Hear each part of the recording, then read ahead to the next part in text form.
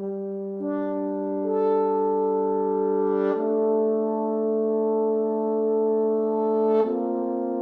masker, menjaga jarak, mencuci tangan, dan tetap di rumah adalah kata-kata yang selalu kita dengar selama 1 tahun lebih. Pandemi COVID-19 di Indonesia belum berakhir, pandemi yang membawa banyak sekali kesedihan, kelaparan, kemiskinan, dan juga kebosanan. Kian hari berita duka kian terdengar bertambah, dan bertambah. Berdasarkan dari data Kementerian Kesehatan Indonesia, sebanyak 2,8 juta orang pernah terpapar COVID-19 dan menimbulkan korban sebanyak 33.000 orang lebih. Tapi tahukah kamu, selain vaksin, ada sebuah terapi yang menjanjikan dan sedang terus dikembangkan di dunia untuk mengobati COVID-19 dan bahkan dapat mengobati penyakit-penyakit serius yang terjadi di dunia. Introducing terapi gen. Sebuah gagasan para ilmuwan yang menggunakan gen untuk tujuan pengobatan penyakit-penyakit kronis di dunia. Gen memiliki peran penting dalam kesehatan seseorang. Karena itu, penelitian terkait cara memodifikasi atau mengganti gen yang rusak dengan gen yang sehat adalah tujuan untuk pengobatan penyakit yang dilakukan selama bertahun-tahun. Agustus 2017, Food and Drugs Administration atau Badan Pengawas Obat Makanan Amerika telah menyetujui 3 jenis terapi gen yang dikembangkan dari penelitian. 2 di antara terapi gen tersebut melibatkan penggunaan sel dalam tubuh untuk menghancurkan sel kanker dan mengobati penyakit yang disebabkan oleh mutasi gen tertentu.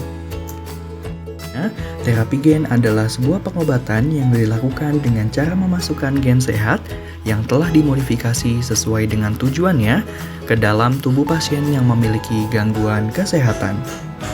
Hingga saat ini, para peneliti sedang meneliti beberapa metode terapi gen.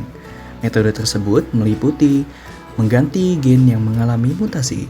Sel tubuh rusak karena gen terlalu tidak bekerja dengan baik atau mengalami kerusakan. Penggantian gen yang rusak ini dapat membantu dalam mengobati penyakit. Salah satu contohnya adalah gen P53 yang berfungsi mencegah bertumbuhan tumor. Beberapa jenis kanker disebabkan oleh gangguan pada gen ini. Ketika gen P53 yang rusak diganti dengan gen yang sehat, sel-sel kanker diharapkan dapat mati. Yang kedua adalah memperbaiki gen yang mengalami mutasi. Dan yang ketiga, membuat sistem imun mengenali sel yang sakit. Pada beberapa kasus, sistem kekebalan tubuh tidak menyerang sel sakit. Hal tersebut karena sistem imun tidak menganggap sel sakit tersebut sebagai ancaman.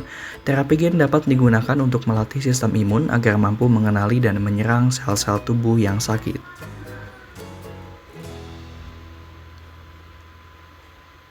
Kemudian, siapa saja yang membutuhkan terapi gen? Terapi gen diharapkan dapat menjadi pilihan pengobatan berbagai jenis penyakit, misalnya kanker, cystic fibrosis, penyakit jantung, diabetes, hemofilia, HIV, dan tentunya COVID-19. Beberapa uji klinis terapi gen telah menunjukkan keberhasilan dalam mengobati berbagai jenis penyakit, yaitu hemofilia, kebutaan yang disebabkan oleh retinitis pigmentosa, leukemia, dan gangguan sistem kekebalan tubuh yang parah. Hingga saat ini, para ilmuwan masih meneliti bagaimana dan kapan terapi gen dapat digunakan. Tapi tahukah kamu pada tahun 1990, terapi gen pertama, Ashanti De Silva, berhasil melakukan terapi gen dan masih hidup hingga saat ini.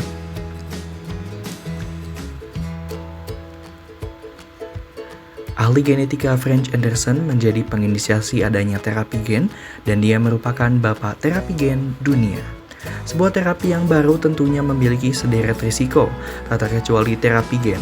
Pasalnya, gen tidak bisa dimasukkan secara langsung ke dalam sel. Gen harus dimasukkan melalui perantara yang dikenal dengan nama vektor. Vektor terapi gen yang paling umum adalah virus, karena virus dapat mengenali sel yang membawa materi genetik ke dalam sel. Pada salah satu prosedur terapi gen, para peneliti akan mengeluarkan gen penyebab penyakit dari virus dan menggantinya dengan gen yang dapat menghentikan penyakit. Tindakan ini dapat menimbulkan beberapa risiko, antara lain reaksi sistem imun yang tidak diinginkan, virus menyerang sel yang salah, infeksi yang disebabkan oleh virus, dan kemungkinan terbentuknya tumor.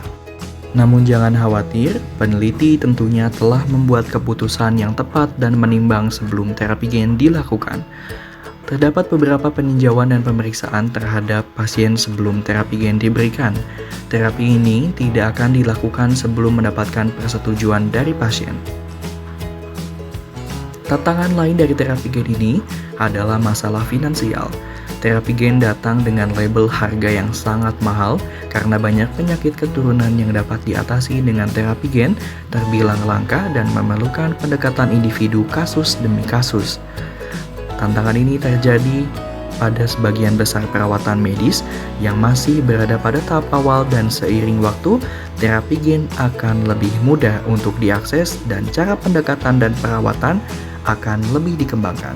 Untuk itu, mari menyambut terapi masa depan yang bermanfaat bagi umat manusia, terapi gen.